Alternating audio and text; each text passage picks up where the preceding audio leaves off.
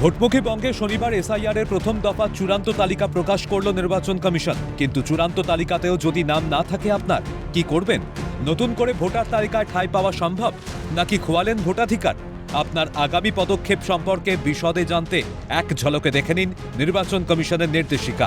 চূড়ান্ত তালিকায় নাম না থাকলে আপনার কাছে ভোটার কার্ড অর্থাৎ এপিক নম্বর কার্যকর নয়, ভোটাধিকার থাকবে না। ভোটার তালিকায় নাগরিকের নামের পাশে ডিলিটেড লেখা থাকবে।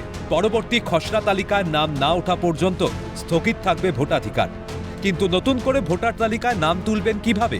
কমিশন বলছে, ভুলবশত নাম বাদ গেলে ফর্ম 6 পূরণ করে এলাকার দায়িত্বপ্রাপ্ত বিএলও বা মহকুমা শাসকের দপ্তরে জমা দিতে হবে।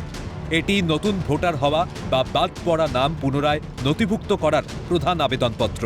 এছাড়াও অনলাইনে ভোটার সার্ভিস পোর্টালে গিয়ে সরাসরি আবেদন করা যাবে। মনে রাখা প্রয়োজন, চূড়ান্ত তালিকা প্রকাশের 15 দিনের মধ্যে ভোটার তালিকায় নাম পুনরায় নথিভুক্ত করার আবেদন করা যাবে। আর্জি জানাতে হবে জেলা নির্বাচন আধিকারিকের দপ্তরে। সমস্যার সমাধান না হলে পরবর্তী 15 দিনের মধ্যে রাজ্যের মুখ্য নির্বাচনী আধিকারিকের কাছে আপিল করা যায়। প্রয়োজন পড়তে পারে নাগরিকের আধার কার্ড, ঠিকানার প্রমাণপত্র ও পাসপোর্ট সাইজের ছবি। তবে এই তালিকায় যেমন বৈধ বা যোগ্য ভোটারের নাম থাকবে, তেমনই থাকবে সেই সব ব্যক্তি যাদের শুনানিতে ডাকা হয়েছিল এবং যাদের জমা দেওয়া নথি এখনও বিচারাধীন। এদের নামের পাশে লেখা থাকবে অমীমাংসিত, যার অর্থ নাগরিকের ভোটাধিকার এখনও নিশ্চিত নয়।